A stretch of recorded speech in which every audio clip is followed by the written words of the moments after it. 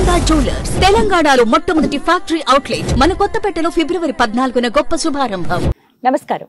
ప్రస్తుతం మనతో పాటు ఇస్కాన్ టెంపుల్ నుంచి ప్రణవానంద ప్రభుజీ ఉన్నారు. వారి గురించి నేను చెప్పినప్పుడు ప్రత్యేకంగా చెబుతూ ఉంటాను. ముంబై దగ్గరలో ఉన్నటువంటి గోవర్ధన్ ఇకో విలేజ్ ఆశ్రమంలో వారు సేవ చేస్తూ ఉంటారని.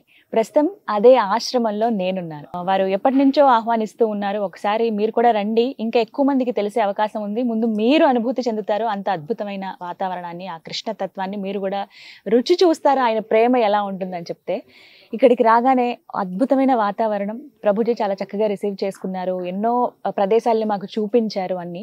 అయితే ఇక్కడ కూడా కొన్ని వీడియోస్ చెయ్యాలని నాకు అనిపించింది. అందులో భాగంగా అసలు ఈ ఆశ్రమం గురించే ప్రభుజీ మాటల్లో వింటే ఎలా ఉంటుందని అనిపించింది. వచ్చే వాళ్ళకి, వద్దాం అనుకున్న వాళ్ళకి ప్రభుజీ మాటల్లోనే విని తెలుసుకుందాం ఇకో విలేజ్ ఆశ్రమం ఎలా ఉంటుంది ఏంటి అనేది.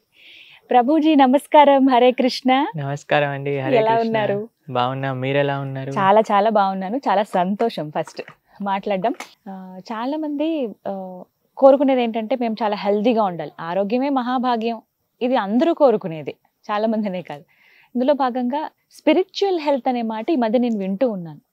అంటే కృష్ణ భక్తిలో కావచ్చు, అంటే మనలో ఏదైనా ఒక భక్తి భావం అనేది పెంపొందించుకోవాలి. అది మన ఆరోగ్యానికి మంచిది, మన లైఫ్ అంటే మన లైఫ్ స్టైల్కి మంచిది అని చెప్తూ ఉంటారు చాలామంది. బట్ అది ఎలా? స్పిరిచువల్ హెల్త్ అంటే ఏంటి అసలు?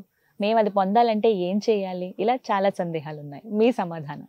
మనకి భౌతికమైన హెల్త్, ఆధ్యాత్మిక హెల్త్ రెండు ఉన్నాయి.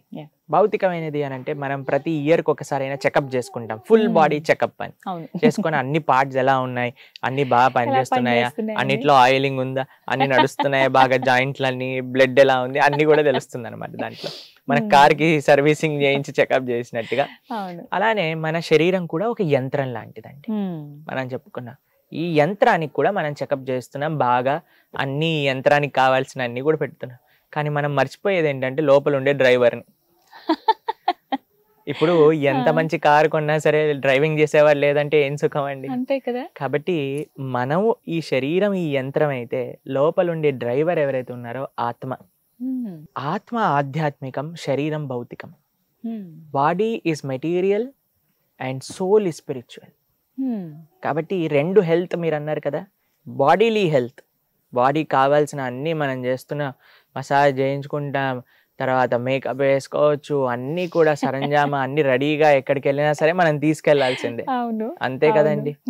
కాబట్టి ఇవన్నీ కూడా మోస్ట్ ఇంపార్టెంట్ నెసెసిటీస్ అయిపోయి ఈ శరీరాన్ని బాగా ఉండడానికి, బాగా కనిపించడానికి. కానీ లోపల మనం నిజమైన తత్వం, ఆత్మతత్వం గురించి ఎంతమంది ఆలోచిస్తున్నారు? ఆత్మతత్వం, ఆత్మకి ఆహారం. మీకు ఒక విషయం చెప్తాను. ఒకళ్ళంటే ఒక పంజరంలో ఒక చిలుకని పెట్టారట. ప్రతిరోజు ఆవిడొచ్చి పంజరాన్ని పాలిష్ చేసి, పెయింట్ వేసి, దానికి చక్కగా డెకరేషన్ చేసి, లైట్లు పెట్టి, కింద గజ్జలు పెట్టి, మువ్వలు పెట్టి అన్ని ఇలా ఇలా చేస్తుందట. కానీ చిలుకకు మాత్రం తిండి పెట్టట్లేదట. అయ్యో, ఇప్పుడు దాని యొక్క ఇదేంటి చెప్పండి, యూజ్ ఏంటి? అంత చేసి ఉపయోగం. కాబట్టి మన స్వరూపం, మనం ఆత్మ. ఈ శరీరం ఒకటి యంత్రం లాంటిది మాత్రమే. ఆత్మకి కూర్చునే ఒక ప్రదేశం. ఈ చైర్ ఎలానో, చైర్లో నేను కూర్చున్నాను, చైర్ ముఖ్యమా, ఈ నేను ముఖ్యమా అని అంటే నేను ముఖ్యమే, కానీ కూర్చోడానికి ఇది ఒక పాత్రతనిచ్చింది. అలానే మన శరీరం ఒక ప్లేస్, మన ఆత్మ కూర్చోవడానికి. వాసాంసి జీర్ణాని యథావిహాయ. ఇప్పుడు ఈ కుర్తా లేదా ఈ ఉత్తరీయం చినిగిపోయింది అనుకోండి, ఏం చేస్తాం, దీన్ని తీసి పక్కన పెట్టి కొత్తది వేసుకుంటాం. అలానే ఈ శరీరం ఒకసారి పోయింది అని అంటే ఆత్మ ఇంకొక శరీరాన్ని ధరిస్తాం. కాబట్టి మనకి భౌతికమైన శరీరం గురించి ఇంత ఆలోచిస్తున్నాం. ప్రతి ఒక్కటి చూసుకుంటాం అనమాట. ఇది మినరల్ వాటర్ బాటిలా, ఇది ఆర్గానిక్ వెజిటేబుల్సా కాదా, ఇది ఏ ఆయిల్ తో చేశారు, ఇది కోల్డ్ ప్రెస్డ్ ఆయిలా లేదా రిఫైన్డ్ ఆయిలా, ఇవన్నీ ఆలోచిస్తున్నాం కదా. మరి ఆత్మ గురించి ఎంతవరకు మనం ఆలోచిస్తున్నాం? మరి ఆత్మకి తిండి ఏంటి ప్రభుజీ చెప్పండి, ఇస్తాను తప్పకుండా. ఏం పెట్టాలి అసలు ఆహారంగా? ఆత్మకి తిండి శ్రవణ కీర్తన, భగవంతుడి గురించి వినటం, భగవంతుడి యొక్క నామాన్ని జపం చేయటం. సవై పుంసాం పరోధర్మో యతో భక్తిరధోక్షజే అహైతుకి అప్రతిహత యయాత్మా సుప్రసీదతే. మన శాస్త్రం చెప్పిన విషయం ఏంటి అంటే ఆత్మ బాగుండాలి, మన స్పిరిచువల్ హెల్త్ బాగుండాలి అని అంటే సవై పుంసాం పరో ధర్మో, అన్నిటికంటే గొప్ప ధర్మాన్ని ఆచరించాలి. ఏంటి ఆ ధర్మమో తెలుసా అండి? సవై పుంసాం పరో ధర్మో యతో భక్తిర్ అధోక్షజే. అధోక్షజుడైన శ్రీకృష్ణుడి యొక్క భక్తి చేయటమే ఆత్మకి ఆహారం పెట్టడం. కాబట్టి ఆ కృష్ణ భక్తిని ఎప్పుడైతే మనం చేస్తామో ఆత్మ కూడా, మన శరీరం ఎలా అయితే మీరు జిమ్కి వెళ్ళి బైసెప్స్ ట్రైసెప్స్ 6 ప్యాక్స్ పెంచుతున్నారో ఆత్మ కూడా అంత స్ట్రాంగ్ గా ఉంటుంది అనమాట. అంటే ఆ కృష్ణ భగవానుడి గురించి కావచ్చు, అంటే శ్రవణం, వారి గురించి వినడం, అలాగే వారిని కీర్తించడం. అయితే ఇందులో ఈ స్పిరిచువల్ హెల్త్ అని మీరు అడిగినప్పుడు ఒక 5 విషయాలు మనం చాలా జాగ్రత్తగా చూసుకోవాలి. ఏంటి ఆ 5 విషయాలు మనం ఎప్పుడూ కూడా నిరంతరం కూడా మనసులో పెట్టుకోవాలి మన యొక్క ఆధ్యాత్మిక జీవితం బాగుండాలి అని అంటే? ఒకటి, మంచి భక్తుల యొక్క సాంగత్యం ఉందా లేదా, ఇది ఫస్ట్. భక్తులు. 2, మంచి భగవద్భక్తుల యొక్క సాంగత్యంలో ఉండటం. మన స్పిరిచువల్ స్ట్రెంగ్త్ గురించి మాట్లాడుతున్నాను. 2, మంచి పుస్తకాలు, భగవంతుడికి సంబంధించిన భగవద్గీత, రామాయణం, భాగవతం వినటం, చదవటం. 3, భగవన్మూర్తులకి సేవ చేసుకోవటం. మనం రాధాకృష్ణ, కృష్ణ బలరాం, సీతారాం, లక్ష్మణ, హనుమాన్, మరి ఆ స్వామి యొక్క సేవ మనం చేసుకోవటం.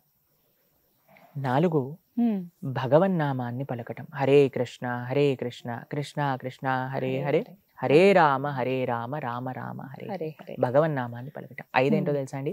ఇలాంటి అద్భుతమైన భగవత్ సంబంధమైన క్షేత్రములకి రావటం.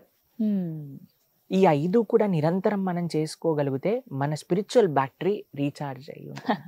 ఓకే, ఎప్పటికప్పుడు. కాబట్టి స్పిరిచువల్ హెల్త్ కి సంబంధించిన 5 మోస్ట్ నెసెసిటీ విషయాలు ఈ 5 కూడా అన్నమాట. కాబట్టి ఈ 5 చేస్తే స్పిరిచువల్ గా కూడా మనం స్ట్రాంగ్ గా ఉంటాం. సో ఇది అందరూ అలవాటు చేసుకోవాలి, ప్రతి ఒక్కళ్ళు. మా జీవితంలో మా భక్తి కూడా ఈ 5 వల్లనే నడుస్తుంది. ప్రభుజీ, మీరు కాబట్టి ఇలా 5 పాటించారు, ఇవాళ ఈ స్థాయిలో ఉన్నారు. మాలాంటి వాళ్ళకి ఇది కుదురుతుందా? ఒకటి కుదిరితే ఇంకొకటి కుదరదు. ప్రతి ఒక్కళ్ళకి కృష్ణుడు అన్నీ చేసే ఆపర్చునిటీ ఇచ్చారండి. మనం జస్ట్ ఆ వాటిని యూస్ చేసుకోవాలి. అన్నిటికంటే ముఖ్యం ఏంటో తెలుసా అండి? మాకు కావాలి అనే డిజైర్ ఉండాలంటే. నిజం అది. ఆ సంకల్పం ఉంటే where there is a will there is a way అంటారు. There is no reason to say మాకు ఇవి దొరకట్లేదు అని. మన యొక్క సంకల్పం, మన దృఢ నిశ్చయం ఉంటే ఎక్కడున్న వాళ్ళైనా సరే కృష్ణుడి యొక్క శ్రీపాదాల దగ్గరికి రావచ్చు. వాటికి నిదర్శనం మీరు మా ఆశ్రమం మొత్తం చూస్తున్నారు, ఎక్కడికి వెళ్ళినా. అది మాత్రం కరెక్ట్. కాబట్టి ఎక్కడెక్కడో ఉన్న వాళ్ళందరూ ఎలా వచ్చారండి?